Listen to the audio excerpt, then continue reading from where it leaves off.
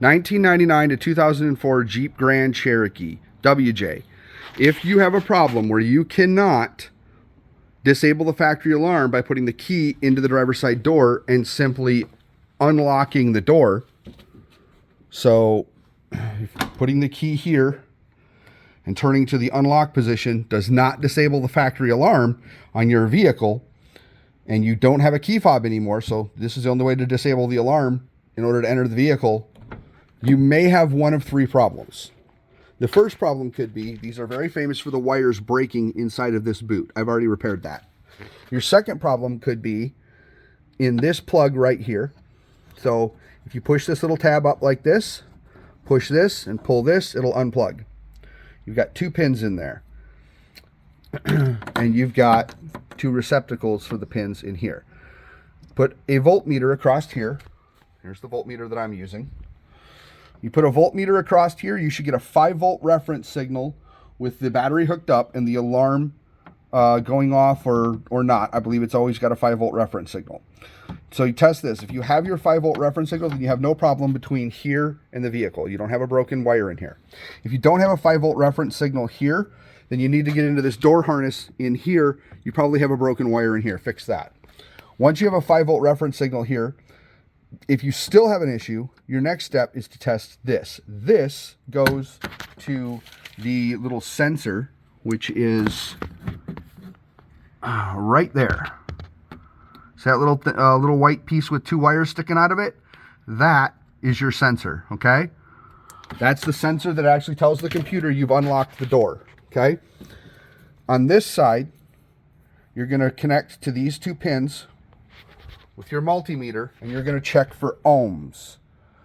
In the resting position, so no key inserted, you should have 0 ohms. When you turn it into one direction, you'll get 2,000 ohms. When you turn it in the other direction, the lock outside, you'll get 488 ohms, or thereabout. As long as you're getting those ohms from this, that means this little switch in here is good, okay? So your likely problem is just that these pins right here have maybe a little corrosion on them. Mine were, as you can see, they're nice and shiny now. I just cleaned them up. So now when I plug this back in, lock it, and set the lock tab, mine now works. Mine was not working. Mine was this plug right here. Once I fixed that plug, mine works perfectly now.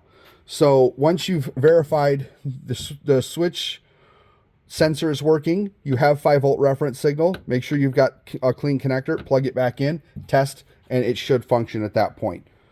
But if you don't have 5 volts reference here, or you don't get the proper ohm reading on this side of the plug, it's not going to work. So now I get to put my door back together. Hope this helped you guys out. I just spent probably 3 days trying to figure this out. Bunch of research on the internet, and I really didn't come up with much, but I'm going to go ahead and post this on a forum as well. So hopefully if you search Google, maybe it'll pop up, maybe it won't. But this is a 2002 Limited with the factory alarm. I do believe all WJs had a factory alarm. I could be wrong, but I do believe they all had that. And if this crap is falling apart like mine is, yeah, I don't really worry about it too much. It's 20-something years old, so... the newest WJ is 21 years old at this point, so yeah, that's just going to be a thing. And then you can put your door panel back on. There's plenty of videos that show you how to get the door panel off, put it back on, etc., etc.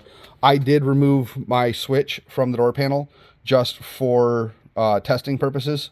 You don't necessarily have to do that, but in order to arm the alarm, you have to hit the power locks and then close the door, and that will arm the alarm.